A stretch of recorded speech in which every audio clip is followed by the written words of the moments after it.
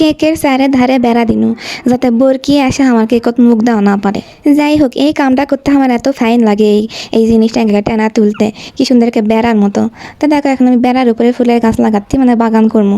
সে বাগান করা শেষ, এখন আবার দেখছেন গোলাপ ফুল ফুটিতে, ফুলের মধ্যেও ফুল ফুটে দেখছেন তোমরা। তো দেখো আমি এই ব্ল্যাক ফরেস্ট কেক বানাচ্ছি, মানে হচ্ছে কালো জঙ্গল, সেই জঙ্গলের উপরে আবার ফুল ফুটিছে দেখছেন। এগুলো সেরি দিচ্ছি, সেরি দিয়ে একা কাস্টমার দিবে কোসে ইনকা করে সুন্দর করে। আমি এর আগে একা কেক বানাসনো, সে কাস্টমার উড়াই লিবে, কেউ উড়াই আমাকে কেন ডিজাইন চেঞ্জ করবার দিবে না, সহ্য হবে কদিনই, প্রত্যেকবারে একই ডিজাইনের কেক বানাতে ভালো লাগে।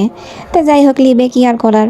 তো দেখো আমার এই কেকটা কেঙ্কা হচ্ছে না, তোমরা কমেন্ট করা কদিনই। আর তোমরা যদি ইনকারা সুন্দর সুন্দর মজার মজার কেক লিবা চান তাহলে কি করা লাগবে জানি তো, অতবার করা লাগবে কিসব তোমাকে, তাড়াতাড়ি ইনবক্স করবেন শরত গেনু। আর ভালো লাগে তোমরা আমার ভিডিও ঠিক মতো লাইক কমেন্ট কিছুই করেন না, এই জন্য আমার ভিডিও ছাড়বার মন চায় না। আর তারপরেও কি করবো, তেলাও দেখো কেঙ্কা হচ্ছে না কইও পারে।